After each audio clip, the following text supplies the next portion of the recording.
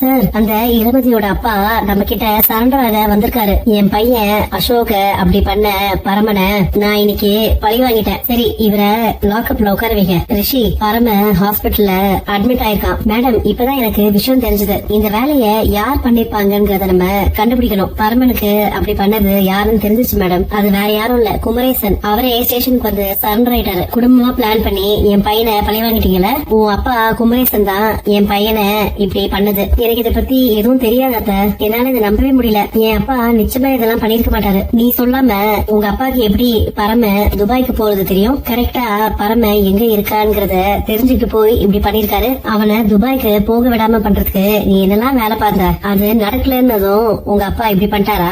ஏன்பா இப்படி பண்ணீங்க? அசோக்குக்கும் பரமனுக்கும் எந்த சம்பந்தமும் இல்ல. அசோக அப்படி பண்ணது பரம இல்ல. உண்மை என்னங்க தெரியாம அதுக்குள்ள அவசரப்பட்டீங்களே. சும்மா அவனை காப்பாத்துறதுக்காக என்கிட்ட போய் சொல்லாத. கோர்ட்ல இருந்து அவன் வேணா தப்பிச்சிருக்கலாம், ஆனா என்கிட்ட தப்பிக்க முடியாது.